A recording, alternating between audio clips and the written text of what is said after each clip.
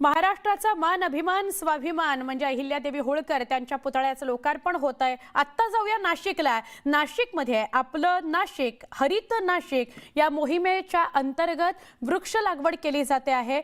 15,000 वृक्ष लावले जाणार आहेत। साधू महंत मंत्री गिरीश महाजन यांच्या सोबत आहे आणि वृक्ष लागवडीचा कार्यक्रम सुरू झालेला आहे। पहिल्या टप्प्यात वृक्ष लागवड होते आहे। एकूण 15,000 वृक्ष लावली जाणार आहेत या मोहिमेअंतर्गत, पण त्यातला पहिला टप्पा जो आता आपण बघतोय तिकडे तपोवनामधली वृक्षतोड करायची, पण त्या आधीच वृक्ष लागवड करायची। त्या मोहिमेचा शुभारंभ आज पहिला टप्पा बघायला मिळतोय। आपलं नाशिक हरित नाशिक या अंतर्गत 15,000 झाडं लावली जाणार आहेत आणि त्यातलं हे पहिल्या टप्प्यातलं झाड मंत्री गिरीश महाजन आणि साधू महंत यांच्या हस्ते लावलं जात आहे।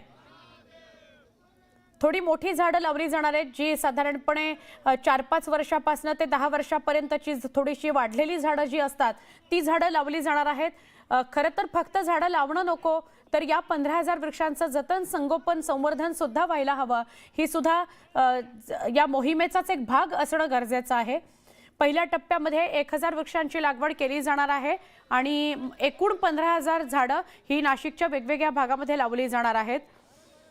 असं कळत होतं की तपोवनातली जी झाडं कापायची आहेत त्याच्या अगेन्स्ट म्हणजे त्याच्या आधी ही सगळी झाडं 15,000 झाडं आपलं नाशिक हरित नाशिकच्या अंतर्गत लावायची आहेत। आमचे प्रतिनिधी लक्ष्मण घाटोळी यांच्याशी आपण बोलूया। लक्ष्मण, मगाशी माहिती देताना तुम्ही सांगत होतात की आपलं नाशिक हरित नाशिकच्या माध्यमातून जी 15,000 झाडं लावली जाणार आहे ती त्या तपोवनातल्या वृक्षांची कत्तल करणं किंवा तिथली जी 10 वर्षाची झाडं आहेत ती वेगळ्या ठिकाणी जाऊन लावणं असा सगळा हा भाग आहे का लक्ष्मण?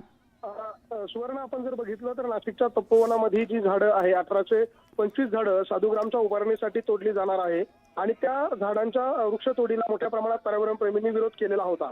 आणि या सगळ्यानंतर मध्यस्थी म्हणून गिरीश महाजनांनी ह्या 1825 झाडांच्या बदल्यामध्ये नाशिक शहराच्या वेगवेगळ्या भागामध्ये 7,500 झाडं लावण्याची हे आश्वासन पर्यावरण प्रेमींना दिलं होतं। त्यांनी सांगितलेलं होतं की अगोदर आम्ही सगळे झाडं लावू, ते झाडं वाढवू, ते मोठे करू आणि त्यानंतर ही 1825 झाडं जी आहे ती त्यापैकी काही झाडं जी तोडावी लागणार आहे ती तोडू।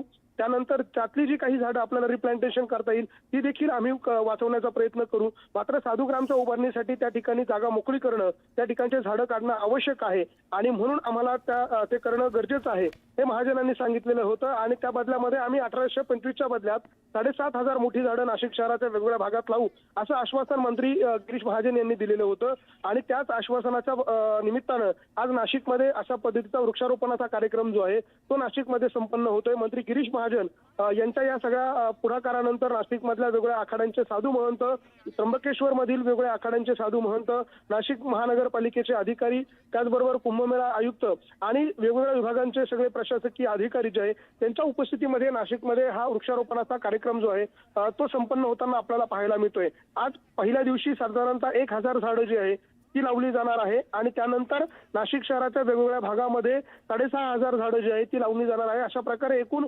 7,500 झाडं जी आहे ती पहिल्या टप्प्यात आणि त्यानंतर पुन्हा 7,500 अशी 15,000 झाडं नाशिकच्या वेगवेगळ्या भागामध्ये लावण्याचा संकल्प मंत्री महाजन यांनी केलेला होता। कारण ह्या वृक्षारोपणाच्या अगोदर या सगळ्याच्या अगोदर सिंहस्थ कुंभमेळा होतोय आणि या सिंहस्थ कुंभमेळ्यासाठी नाशिकमध्ये साधुग्रामची उभारणी करावी लागणार आहे आणि त्यासाठी गेल्या कुंभमेळ्यानंतर जी काही झाडं त्या ठिकाणी उभी राहिली, त्या गेल्या वेळेचा कुंभमेळा झाल्यानंतर जी काही झाडं त्या ठिकाणी लावण्यात आली ती झाडं आता काढण्याची वेळ प्रशासनावर आलेली आहे आणि ती झाडं काढायला नाशिकमधल्या पर्यावरण प्रेमीचा प्रचंड विरोध आहे।